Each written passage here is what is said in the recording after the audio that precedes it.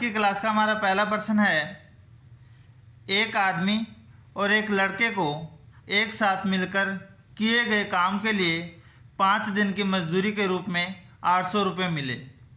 काम में आदमी की दक्षता लड़के की अपेक्षा 3 गुना थी।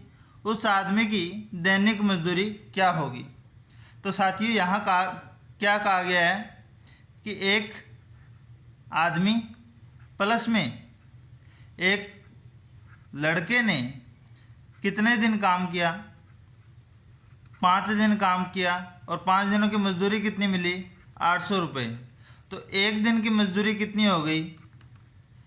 160, क्योंकि 800 में से 5 का भाग देंगे तो 160 रुपये एक दिन की मजदूरी होगी।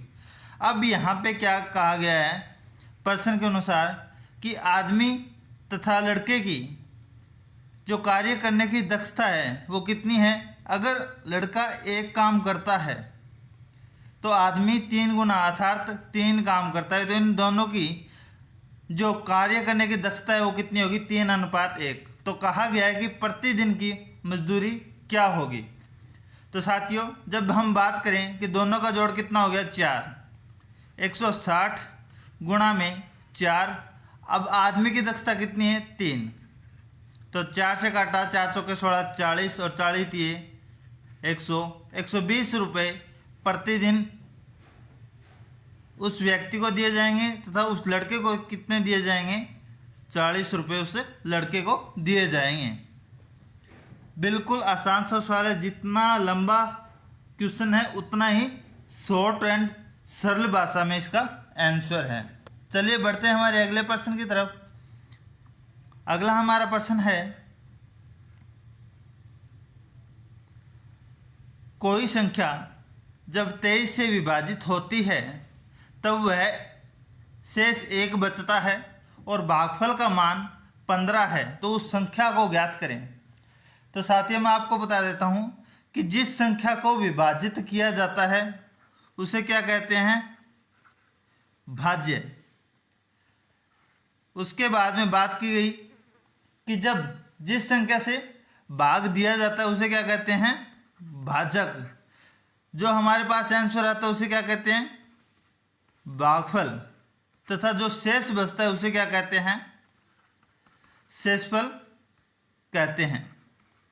कहा गया है कि जब किसी संख्या को 23 से अर्थात भाजक हो गया 23 से विभाजित किया जाता है तो भागफल का मान 15 आता है और शेषफल कितना है? 1। तो साथियों दोनों को गुणा कर दें और उसमें +1 कर दें, अर्थात भाज्य का मान क्या आएगा? भाजक गुणा भागफल प्लस में शेषफल। तो साथियों क्वेश्चन के अनुसार भाजक कितना है हमारा? 23। भागफल कितना है? 15।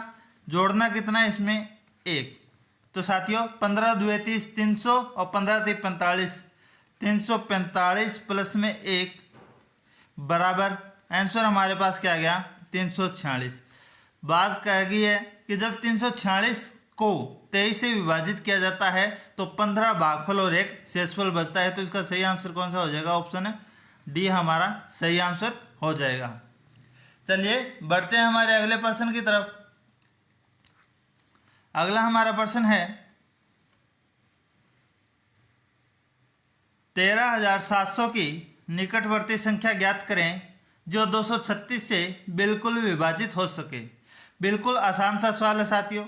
हमें क्या करना है? 13,700 में भाग देना है कितने का? 236 का। शुरुआत करते हैं। 236 की हम 4 और 5 से पहले 5 से गुणा करके देखते हैं। तो 23 पांजू 115 और 6 पांजे 30 अर्थात 236 पांजे कितना हो गया? 1180। मैंने यहाँ क्या किया है? 23 पांजे कितना होता है? 23 पांजे होता है 115, मतलब 1150 और 6 पांजे 30, तो 1180 यहाँ पे ये गुणा किया है।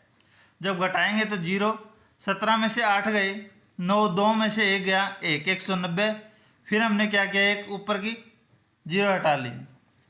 तो साथियों 23 8 184, 1840 और 8 सिक्के 48, 1840 और 48 हम 8 से गुणा करते हैं तो हमारे पास आ जाता है 1888। जब हम घटाते हैं तो हमारे पास क्या आता है, 10 में से 8 गए 2 और 9 में से 8 गए 1, तो हमारे पास शेषफल कितना आ जाता है, 12 आ जाता है। तो हमें क्या करना है कि 13,700 में से 12 घटा देंगे, हमारे पास 13,700 की निकटवर्ती संख्या आ जाएगी जो कि 236 से विभाजित हो। तो 12 घटाते हैं, 10 में से 2 गए 8, 9 में से 1 गया 8, उसके बाद 6 और 13, तो 13,688 वह संख्या है जो कि 236 से पूर्ण विभाजित होगी। बिल्कुल आसान सवाल है। बढ़ते हैं हमारे अगले प्रश्न की तरफ। अगला हमारा प्रश्न है, यदि किसी संख्या और उसके वर्ग का योग 462 है तो वह संख्या क्या होगी। माना वह संख्या क्या है, x होगी। तो प्रश्न के अनुसार क्या कहा गया है साथियों, x प्लस में x स्क्वायर का मान कितना है, 462, अर्थात वह संख्या और उस संख्या के वर्ग का योग कितना है, 462। जब हम समीकरण बनाते हैं तो हमारे पास आ जाता है x स्क्वायर प्लस में x, ये बराबर के उस साइड से माइनस 462 बराबर 0। यह एक द्विघात समीकरण बन गई और जिसे सोल्व करने यहाँ पे x का मान निकालना है तो हमें बाहर की जो संख्या है अर्थात 462 और x स्क्वायर, तो 462 x स्क्वायर का ऐसा जोड़ा बनाना है कि गुणा करें तो ये मान आए और अगर घटाएं तो हमारे पास प्लस का x बचे। तो साथियों जोड़ा क्या बनेगा, 21 21 441 और 21 22 ये कितना होता है, 462 होता है। तो x स्क्वायर, अब यहाँ पे गलती ना करें क्योंकि हमें 462 चाहिए माइनस के और प्लस के क्या चाहिए, x। तो जो बड़ी संख्या उसको क्या मानेंगे, प्लस की। तो 22x माइनस 21x माइनस 462 बराबर 0। तो साथियों यहाँ पे x कॉमन लेंगे तो x प्लस में 22, फिर यहाँ पे क्या करेंगे, जो दूसरा पार्ट है उसमें से क्या कॉमन लेंगे, माइनस के 21, तो यहाँ बच गया x प्लस में 22। तो यहाँ पे हमारे पास दो जोड़े बन गए हैं, एक आ गया x माइनस 21 और दूसरा आ गया x प्लस में 22। जब सोल्व करेंगे तो एक तो मान आएगा x का 21 और दूसरा आएगा x बराबर माइनस 22। माइनस में किसी संख्या का मान हमें मानना नहीं है तो हमारा पास क्या आ जाएगा, x बराबर 21, जो कि ई ऑप्शन में मिलान कर रहा है। बिल्कुल आसान सा सवाल है साथियों, कन्फ्यूजन ना हो। एक द्विघात समीकरण बना लीजिए और इसे गुणनखंड विधि से हल कर लीजिएगा। चलिए बढ़ते हैं हमारे अगले प्रश्न की तरफ। अगला हमारा प्रश्न है कि एक वर्ग